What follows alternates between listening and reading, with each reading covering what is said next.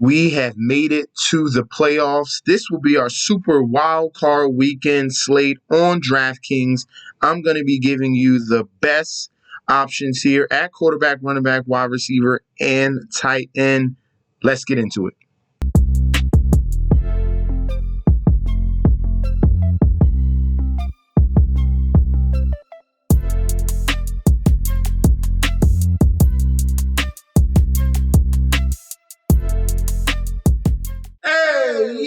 Welcome back to the channel. It's your boy Chef D, and I'm here to give you the winning ingredients for our super wild card weekend we got going on DraftKings.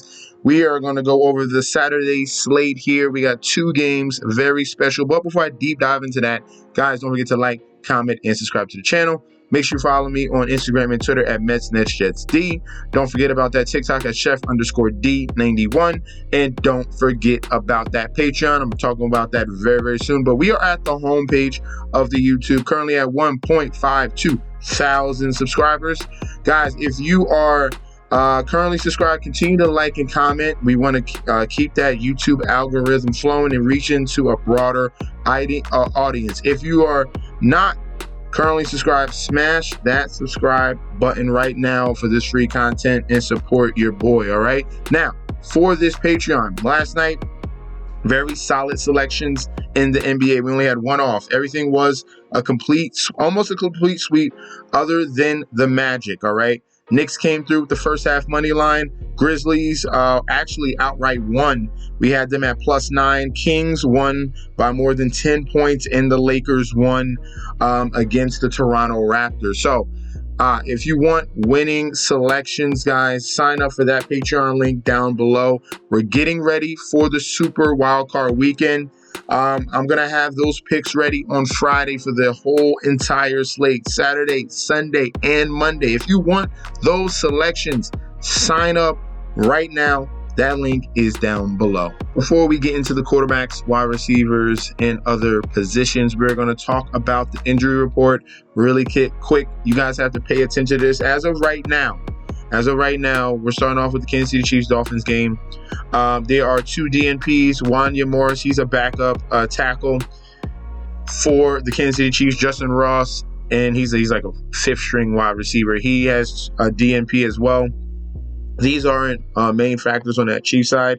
Everyone else for the Chiefs looks fine. Limited practice, full practice. If you see anything out of the ordinary on a Wednesday or Thursday with a DNP, then there is time to be concerned, okay? But make sure you stay up on the injury reports. It could be a key injury here, and we can take advantage of certain scenarios. If it's either defensive or offensive, each side, there's a way to gain and find a lane to go towards here in our lineup builds. All right, for the Miami Dolphins, they have a little bit more of concerns on the injuries. Obviously, you already know about Bradley Chubb and their other defensive end that they lost a couple weeks ago. On top of that, Teron Armstead did not practice. Deshaun Elliott did not practice. He did try to gut it out in that game previous against the Bills.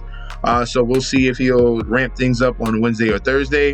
Javon Holland was hampered in that game against the Bills. He didn't practice on Tuesday. And then Xavier Howard left the game against the Bills, and that's one of their number 2 corner right there.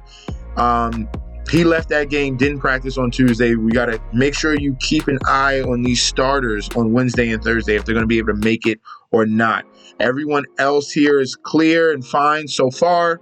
Things could change. Right now, everyone else is limited at practice. The guy you would be concerned about would be Jalen Waddle, but he did sit out that game on against the Bills. So it's looking like the Dolphins will have their 1-2 punch. That's going to be a positive to have going up against the Kansas City Chiefs, despite the fact they have been struggling. All right. Now, for the Texans, or for their injury report, this is a long list. This is a lot of non-injury related rest here with Shaq Mason and Laramie Tunsil.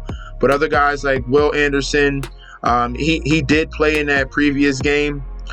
So we'll see how things go towards on Wednesday and Thursday.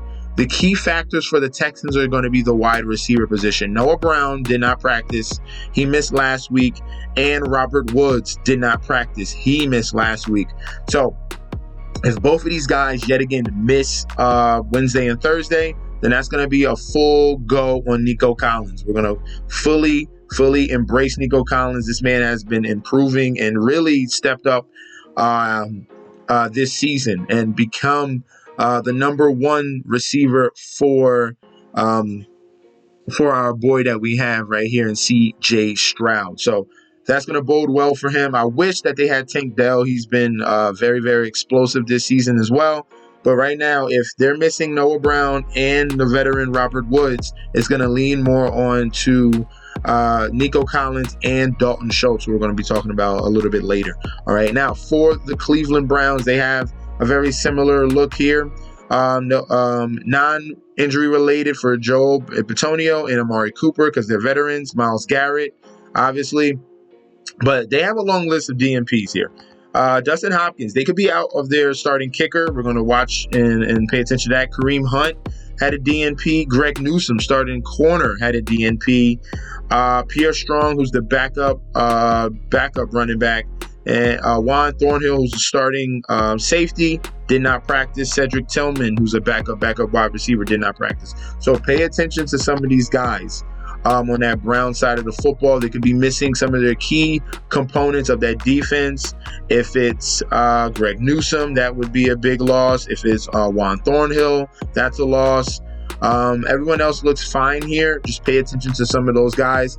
And the kicker, that could come down. That could be huge. If they're going to rely on a backup kicker here, Dustin Hopkins, you got to watch out for that here in this game on Saturday. All right, let's get into the positions. We're starting off at that quarterback position all the way at the top. Hey, if you want to call me chalk, then fine, call me chalk. Patrick Mahomes is here at $7,100, only $100 more than Tua Tagovailoa. I understand he has played horribly this season. This is not the Patrick Mahomes that we've come accustomed to the previous seasons, but he does play better at home, and he does play better in the playoffs. So we understand this is for all the marbles here. Patrick Mahomes, this is when the switches turns on. I wouldn't be surprised if the Chiefs, step things up here, because this is the playoffs, win or go home. And Patrick Mahomes, numbers aren't pretty, but if we're looking, like I said, home and the road splits.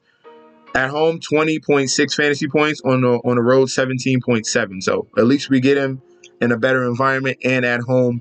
And it's going to be very cold in Kansas City for this game, and that's going to bode well for the Chiefs side more than the Miami Dolphins, because the Miami Dolphins struggle in cold weather, and so does Tua Tagovailoa. All right, so Tua Tagovailoa, number 2 here on the list. Well, he's not going to be number 2 on my list.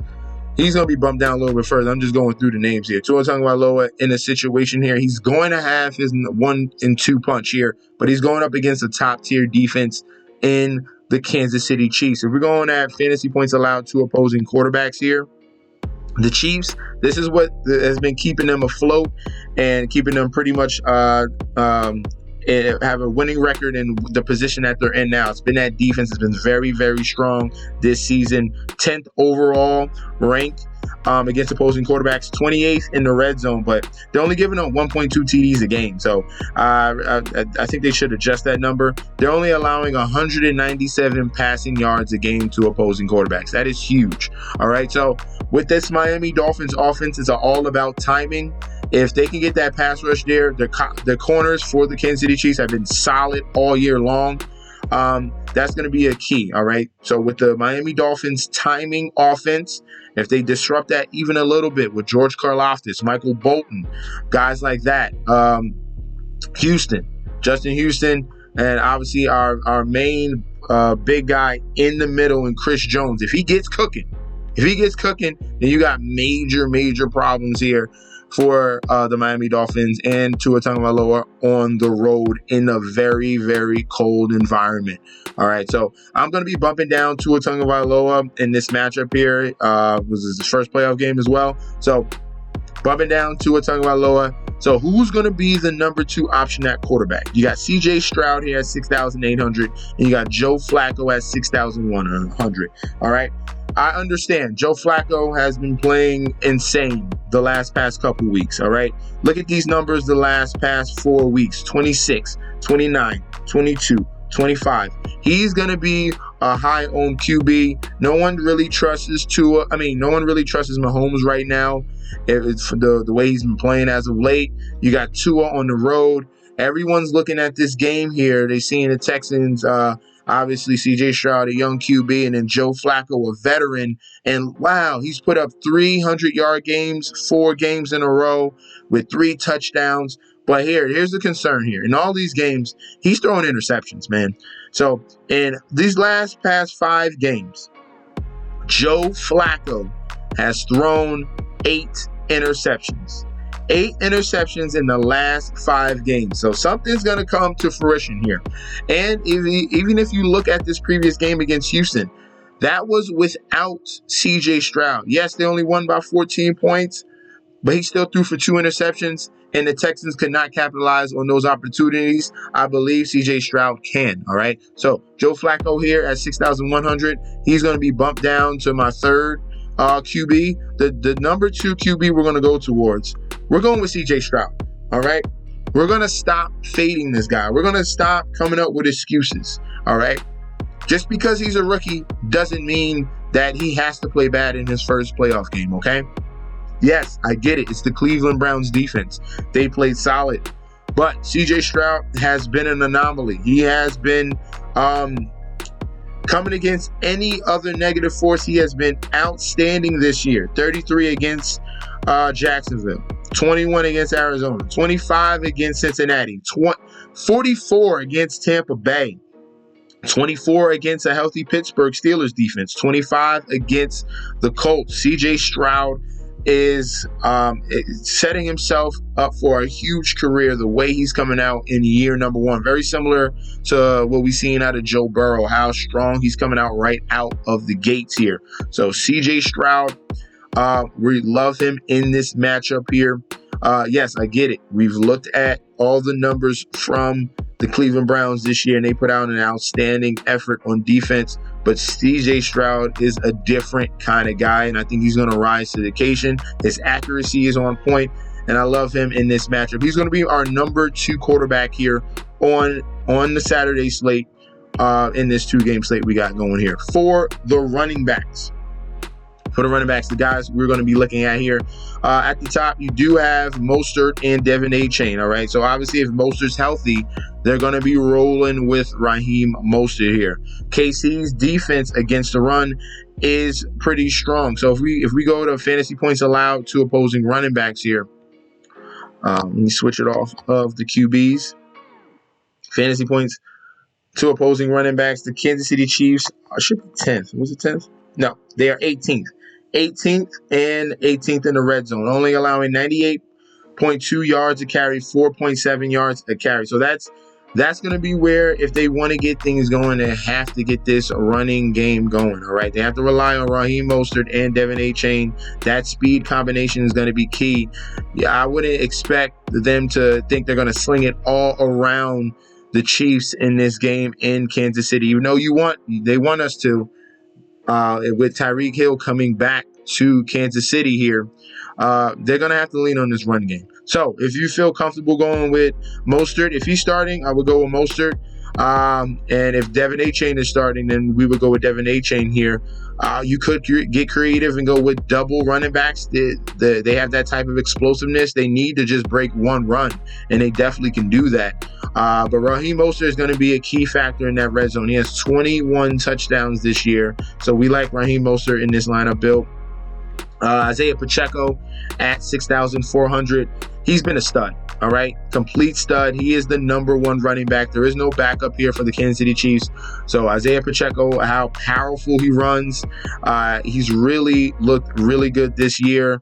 After that playoffs that he had the season prior, Pacheco is a solid guy we can go towards at 6,400. I would consider. All right, as we continue to go down this running backs list here, Jerome Ford against Houston. This is a tough matchup here. Houston is very strong against the run. We're looking at the numbers, 6th in the league against opposing running backs. And if they're able to stop the run against the Cleveland Browns and force Joe Flacco to throw the ball more, that's going to bode well for that Houston Texans defense. create more opportunities for turnovers. If you're looking at that previous matchup in Week 16, he only had 9.3 fantasy points, 1.7 yards per carry, all right? So that was a very strong effort from the Texans defense. I don't think I would like to go with Jerome Ford in our lineup builds on Saturday, all right? That goes with Kareem Hunt as well. So if we're considering a cheaper play at running back, Devin Singletary is here at $5,700. He has become the number one option for this team. He's a veteran. He's been outplaying Dameon Pierce as well, all right? In Week 18, that crucial game against the Colts, you saw what it could look like, all right? 24 carries, okay? 63 yards, a horrible yards per carry, but he's just been consistent and been securing that football. That's key. He had one reception. We like to see more opportunities out of the backfield from him coming from the receiving game, but Devin Singletary as a cheaper option at $5,700 can be someone we can consider. Let's look at Dameon Pierce. How many carries did he have? He had no work. All right, so you see Singletary is the number one option here for the offense of the Houston Texans. If you're going even cheaper than that, there's pretty much no one else. All right, you would have to you'd have to be lucky here.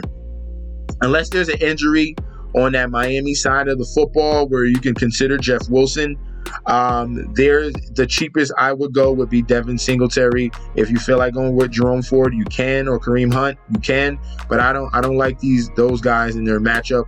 I would stay between Mostert, Pacheco, and Devin Singletary as the options here in the 2-game slate for the running backs. Let's move on to the wide receivers. On to the wide receivers here for our Saturday slate, and Tyreek Hill sets himself apart from everyone else. $8,700. He's $1,700 more than everyone else on the slate.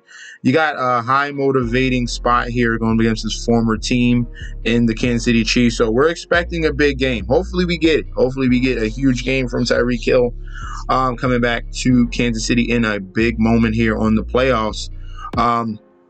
So this does come with risk. You're setting yourself apart from everyone else. $1,700 more expensive than everyone else.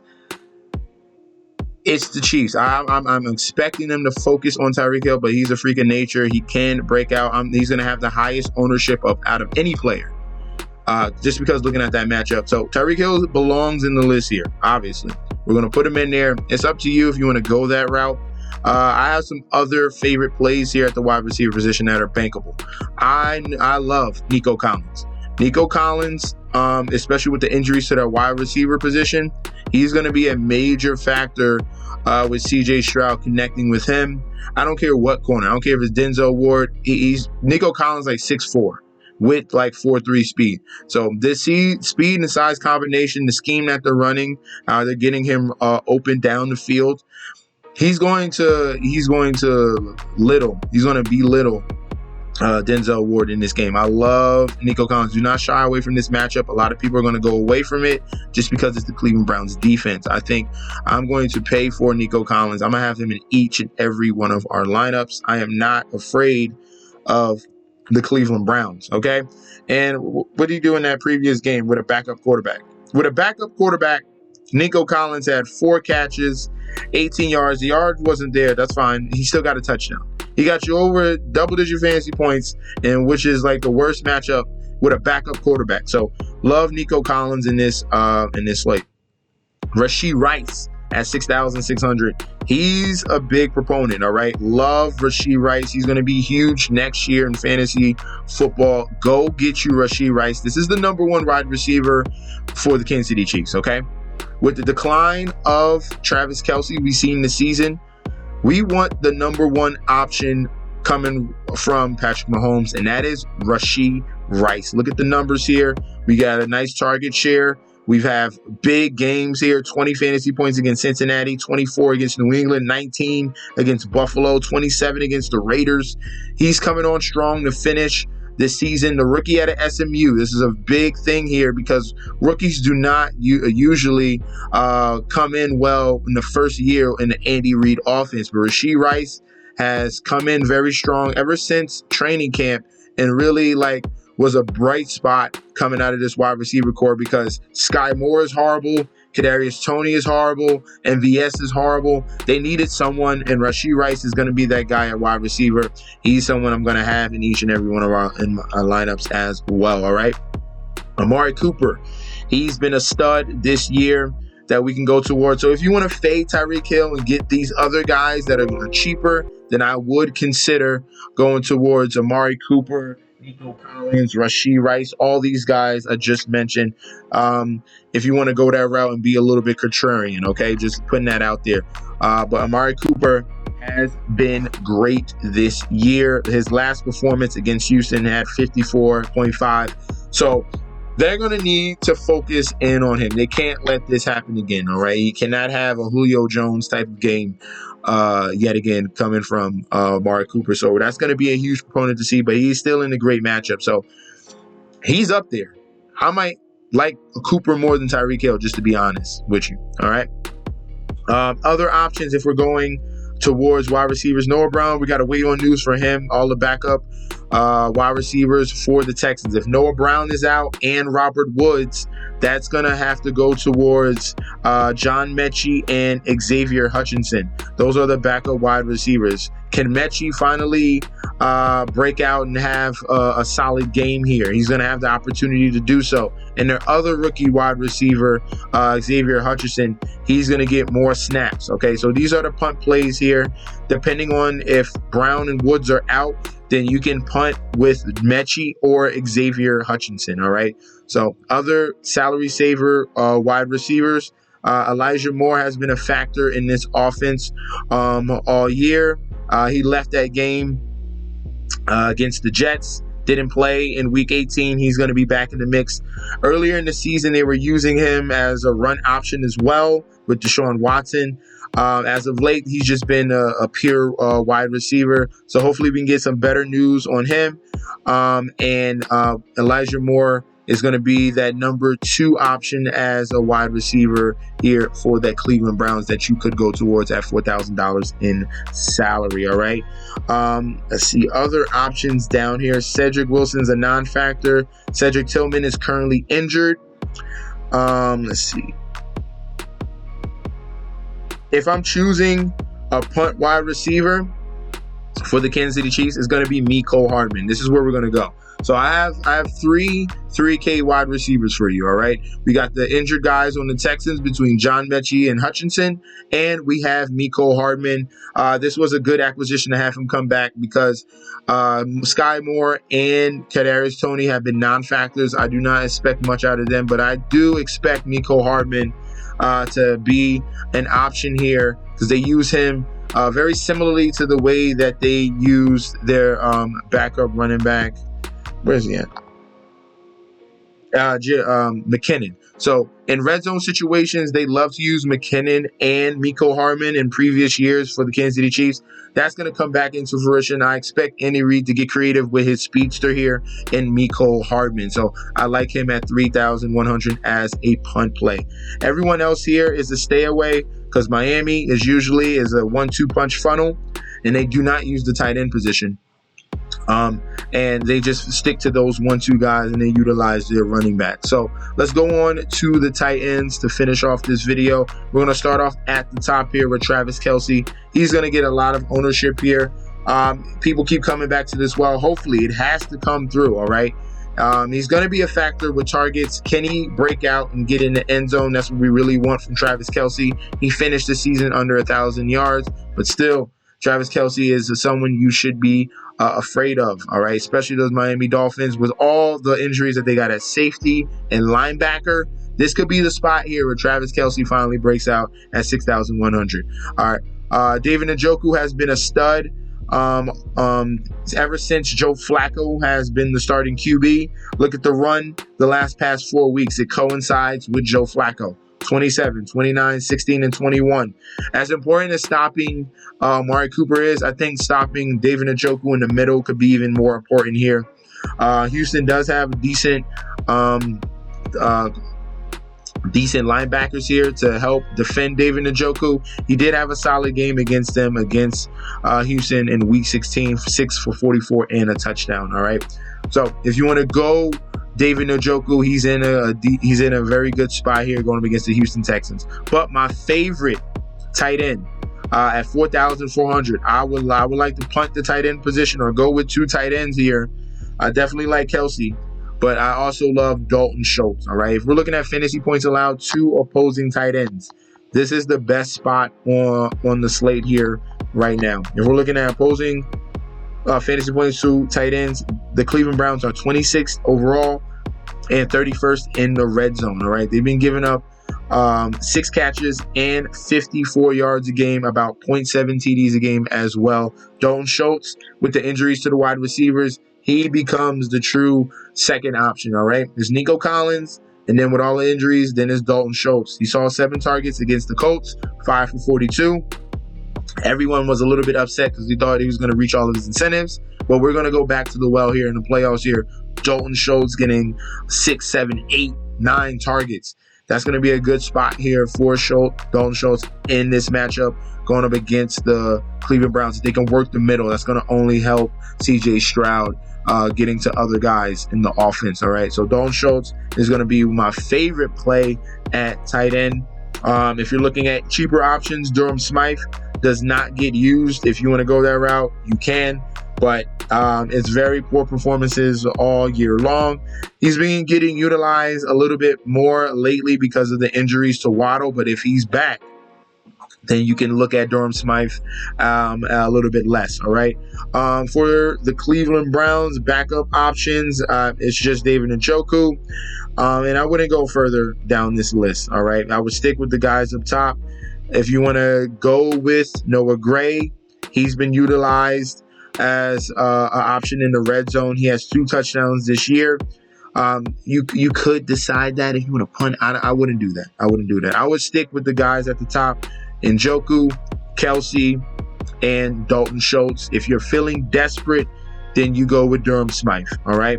Let's see how Brevin Jordan did, because Brevin Jordan did have much the week prior. So that's who I would lean towards in our tight end options for this weekend slate on Saturday. All right. I'm going to be bringing you videos for the Sunday slate and the Monday slate as well. That's the showdown one. But thank you guys for tuning in. Don't forget to like, comment, and subscribe to the channel. And I'll be back with another video very, very soon. All right. Peace out, guys.